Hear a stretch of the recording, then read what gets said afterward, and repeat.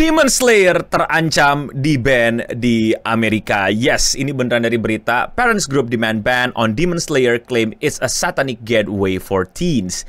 Jadi dia bilang kalau Demon Slayer adalah anime yang menjembatani mereka untuk mencicipi satanism. Wow. Kok bisa begitu? Jadi apa yang terjadi? Kok tiba-tiba Demon Slayer menjadi anime yang mengarahkan orang-orang ke satanis? Apakah memang benar begitu?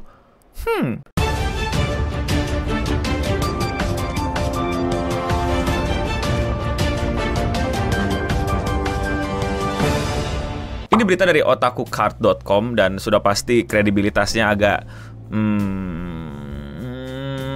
tapi seru untuk kita bahas karena hal-hal kayak gini nggak terjadi di Amerika doang, tapi juga di A coalition of religious advocacy group has launched a campaign to remove Demon Slayer from US streaming service and retail. Jadi ada kayak semacam kumpulan grup gitu, probably orang-orang tua gitu yang ngumpul, yang menyatakan bahwa penting banget nih untuk kita nge-ban dan nge-remove Demon Slayer dari streaming service dan berbagai macam platform lainnya. The group argue that the series, which feature demon hunting and supernatural theme, promotes satanic content disguised as entertainment.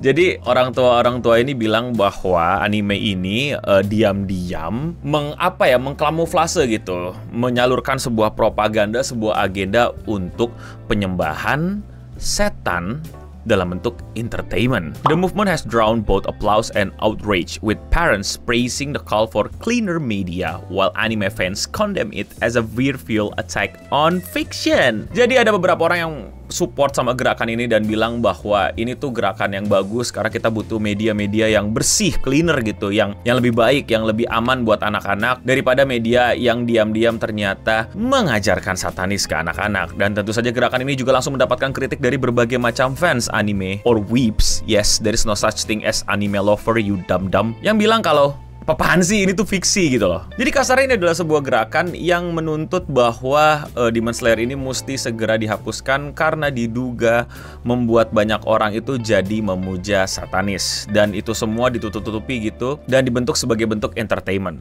Buat lu pada yang whips dan nontonin Demon Slayer walaupun gak suka, walaupun ceritanya B aja dan mid, yes, buat lu yang bilang ceritanya fiction, absolute cinema, dan lain-lain, kayaknya lu mesti segera nyari dokter psikologi terdekat. Kayaknya lu mesti segera ke dokter atau ke psikolog untuk dicek segera what's wrong with you. Pasti tahu gitu bahwa Demon Slayer ini ceritanya tentang Demon Slayer, Kimetsu no Yaiba, orang-orang yang ngebantain demon, dan jelas-jelas protagonisnya adalah orang yang berusaha untuk membunuh demon dan musuhnya adalah demon yang berusaha untuk membunuh orang. Makanya Kimetsu no Yaiba ini menurut gue ceritanya sangat-sangat B aja, mid, karena ya terlalu hitam putih banget dan kayak ya udah the good boy versus the bad boy, yang baik lawan yang jahat, yang hitam lawan yang putih. Gue bingung gitu dan gue penasaran banget sama kumpulan orang tua ini yang menuntut Demon Slayer ini itu ngelihat jelmaan atau semacam kamuflase atau diam-diam menyampaikan agenda-agendanya tuh sebelah mana. Makanya gue tuh kadang tuh agak-agak sebel sama orang yang apa-apa agenda-agenda gitu. Di sebelah mananya demon ini tuh diglorifikasi gitu di Kimetsu no Yaiba. Sampai akhirnya gue teringat gitu, oh iya, Nezuko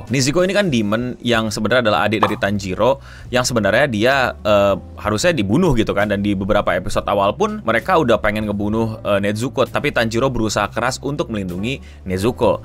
Kira-kira kenapa ya Tanjiro pengen melindungi Nezuko? Apakah karena dia demon?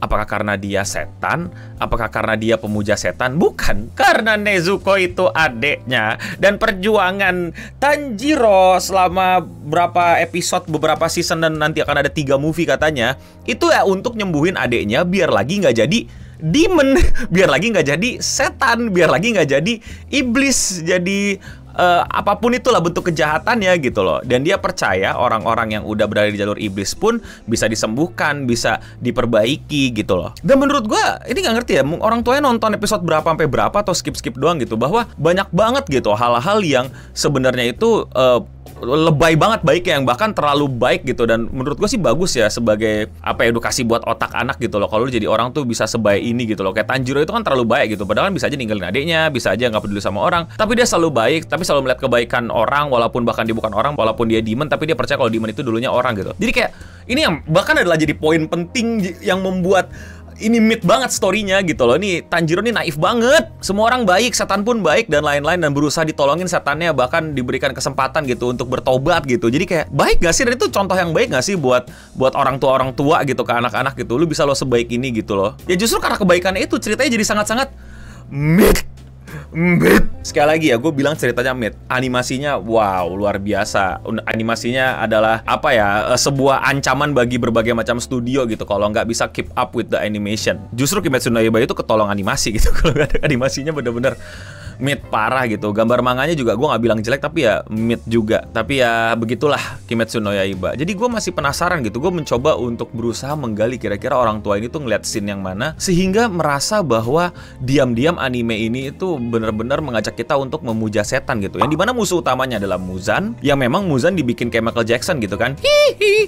Dan ya, gue nggak tahu apakah itu menjadi alasannya gitu, Michael Jackson adalah hal yang buruk jadi jangan ditampilkan atau gimana. Gue nggak ngerti gitu maksudnya gimana gitu. Aneh gitu loh, aneh gitu, nggak dapat. Dan gue lagi saking apa ya, membingungkannya tuntutan ini kalau beneran terjadi dan kalau beneran nyata gitu. Apa sih masalahnya kerja sama setan gitu kan? Ya kerja sama setannya kan setan-setan yang mau tobat gitu, yang emang pengen mengalahkan raja setannya juga gitu, dan bukan membuat Demon Slayer jadi nyembahin mereka gitu. Jadi kayak apa ini, setan yang mana yang mereka tonton gitu? Apa kayak ini entertainment district gitu ya? Karena setan-setannya cantik jadi anak-anaknya suka pada jadi setan gitu. Bagaimana? Oh, mereka melihat cosplayer kali ya. Mereka ngeliat banyak yang cosplayerin demon-demon setannya gitu, jadi kayak bilang, "Oh, lu pengen jadi cosplayer siapa gitu, yang cosplayerin siapa berarti lu memuja setan gitu." Aduh. Mak. Ya, mak sana kayak di mana gitu ya. Jadi ya gue sampai di ujung video pun tidak menemukan keanehan gitu. Mungkin kalian bisa bantu di komen di bawah gitu, apa yang kira-kira dipikirkan mereka gitu ya. Justru yang keren-kerennya bukannya para hasiranya gitu, yang menebas setan, yang berjuang dan mengorbankan dirinya gitu untuk ngelawan setan. Kenapa jadi menyembah setan ya? Sebelah mananya, bagian mananya? Tapi ya lagi-lagi mungkin ini orang tua yang malas baca, malas nonton, ngelihat udah ada kata setan, Demon Slayer. Kata demonnya itu di highlight, Slayer itu kecil di bawah gitu ya, kayak keterangan bintang gitu di bawah ketentuan dan syarat berlaku gitu, sehingga merasa bahwa anime ini memuja setan. Dan dilihatin di situ juga beberapa poster, ada Tanjiro dan ada Nezuko, yang dimana Nezuko-nya setan. Kayaknya di situ sih, sampai situ doang sih. Terus langsung kayak, wah ini pasti puja-pujaan setan nih, dan dia nggak nonton sampai full dan langsung menganggap bahwa anime-anime berbahaya gitu. Yang dimana di luar sana di beberapa series itu ada yang literally series itu judulnya Lucifer. Yang buatan Amerika. Ada juga yang beneran cult gitu ya. Ada juga yang supernatural gitu. Ada juga yang kalau lu nonton DC Marvel bagaimana Agatha, terus Wanda gitu, WandaVision gitu, yang bagaimana literal kekuatannya dari demonic gitu.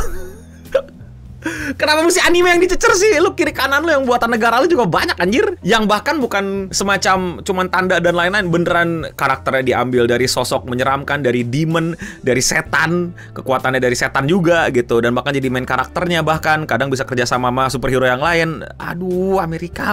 Ini mamanya juga kurang kerjaan banget sampai beginian dicecerin. Dan yang kayak gini kan gak hanya di Amerika gitu. Di beberapa negara juga banyak lah mamanya yang kayak gini gitu. Entah negara mana gue lupa ya, yang apa-apa langsung bilang jelek buat anak dan lain-lain. Tapi ini bukan menjadi semacam apa ya, pembenaran bahwa semua anime itu aman ditonton sama anak kecil. Nah ini juga kalau orang tua mesti belajar gitu. Anime itu media ya, bukan berarti kartun untuk anak kecil. Banyak banget dari dulu anime itu yang didesain untuk orang remaja, orang dewasa, bahkan untuk nenek-nenek kakek-kakek juga ada gitu. Anime itu media ya, dan bisa menjadi apapun yang si kreatornya mau. Dan dari situ bisa ditentukan gitu, kira-kira anak lo itu cocok gak untuk nonton ini. Se-open-mindednya gue sama anime dan lain-lain, tentu saja Attack on Titan, Death Note, dan seinen-seinen lainnya nggak cocok lah untuk ditonton anak-anak kecil gitu. Jelas lah, orang tua juga harus tahu gitu kalau itu tontonannya buat orang yang dewasa gitu, ibu-ibu dewasa. Janganlah lo kasih gituan, bahaya. Tapi bukan berarti semua anime kayak gitu dong. Ya kasih nonton Doraemon aja lah. Dan baru-baru ini aja pun, ini gue singgung dikit aja lah ya, ada tuh film, entah dari negara mana gitu ya, film animasi buat anak-anak yang berhasil membanggakan gitu loh, yang dengan penjualan tiket yang luar biasa, dikritisi karena ada itunya. Meanwhile, Poco Loco, ini pilih Poco Loco, jelas-jelas ke dunia lain anjir, yang tisnya tengkorak doang gitu. Terus disuruh percaya gitu, kalau digigit sama apa laba-laba lu bisa jadi Spider-Man gitu, atau lu pada mesti kehilangan orang tua dulu buat jadi Batman. Kenapa ya makin kesini fiksi itu makin dipermasalahkan berlebihan gitu. Gue setuju fiksi ada klarifikasinya gitu loh, maksudnya nggak buat anak kecil itu setuju, tapi bukan berarti kalau nggak buat anak kecil atau nggak cocok buat anak kecil langsung dihilangkan gitu aja dong, dan langsung jadi masalah besar gitu. Iya nggak sih? Tapi kalau menurut kalian bagaimana? Apakah gue lebay? Apakah mereka yang lebay? Ataukah kalian yang lebay? Coba komen di bawah. Dan gue terbuka atas banyak kritik ya. Maksudnya kalau kalian mau koreksi gue, mau kritik gue, boleh juga di kolom komentar di bawah. Jadi ya, itulah overthinking gue mengenai berita tentang rame di Amerika, Demon Slayer mau di-ban. Kalau kalian gimana, ban apa enggak? Kalau gue sih ban ya, karena enggak canda-canda. Canda, tonton bagus, animenya bagus. Dan ya kalau kalian suka sama konten kayak gini dan kalian mau support gue, lakuin dengan sesimpel klik tombol subscribe. Dan ya sekian seputar internet untuk episode kali ini. Gue Anda Bening pamit undur diri. Dan untuk kita semua, stay clean and sound. Anime dimasalahin mulu, kartun dimasalahin, ada hantu disalahin. Tapi acara-acara yang ngomong sama hantu, yang tiba-tiba bisa berkomunikasi juga,